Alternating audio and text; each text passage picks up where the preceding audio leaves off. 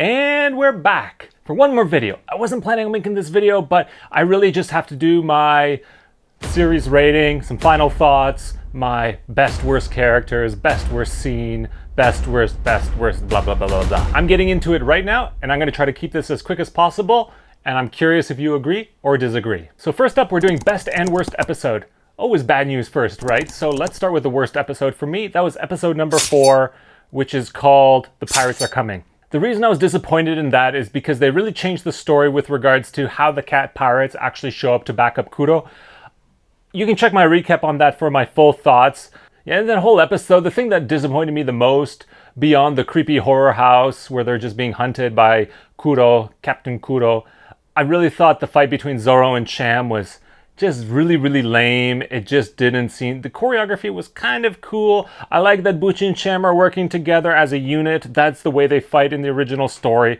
But just the actors with the outfits, even though it looked authentic, it just really felt like, I don't know, he's fighting like two like really weak people, but they're actually really powerful in the original story. So I just thought, like, why is Zoro not finishing this fight in 2 seconds? Yeah, soft. And then my favorite episode... And it's not because this episode was my least favorite and I thought it was the worst, but next episode, episode 5, Eat at Baratie, just had so many great moments. We've got the iconic moment where Garp throws a cannonball. Excellent.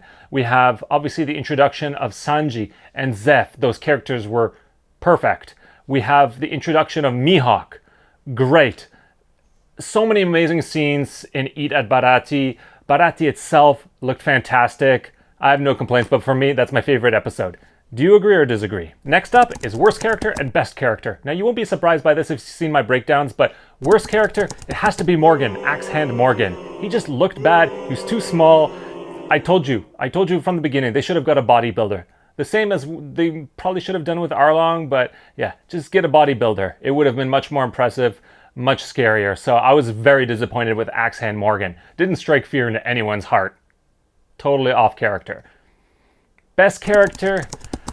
Ooh, this is tough. Okay, there was many good characters, but it's definitely got to be Mihawk. He's so accurate. He looks exactly like Mihawk. He got the big sword, the eyes, everything. His personality, the way he speaks, that's almost exactly how I would imagine Mihawk. Perfect. Worst fight, best fight. Well, I kind of already mentioned this, but worst fight, it's got to be Zoro against Cham and Butchie, unfortunately. I just thought, I wish I didn't actually see it. Best fight, you know what? I'm going to go off the beaten path here a little bit with this.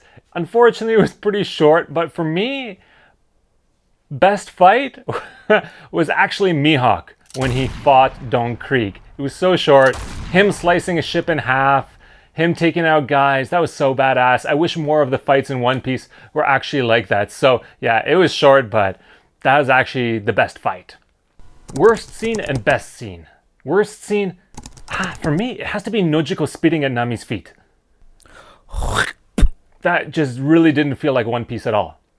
Best scene for me has to be Battle Axe. That was perfectly accurate and just kicking up through the roof, bringing down the whole building, taking down Arlong, building collapsing. Everything was just perfect. The character I was most disappointed that was left out of this, Hachi. I'm so sad that he wasn't in there, and I feel like he's a pretty important character. I'm surprised he was cut. Also, I'm going to cheat and add one more. Momu. If you know the story, you'll know Momu. Sea cow. If we had Momu's so cute, and that's such a nice part of the story. Too bad.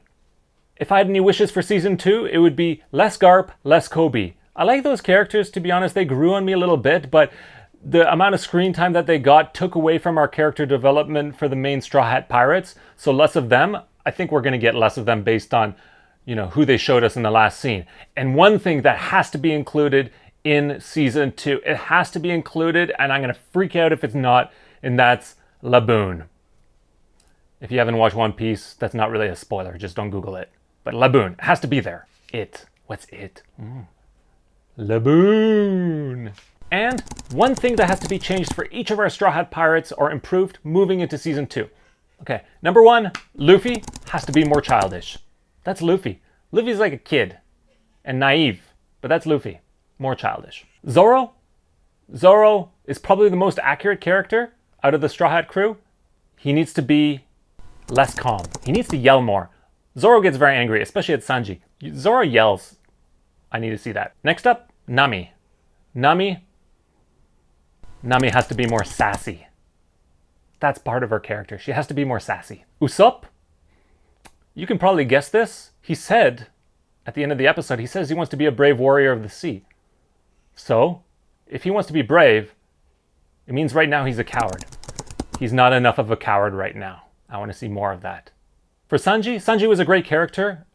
Very accurate after Zoro. I don't know if they can do it, but I need to see the curly eyebrow.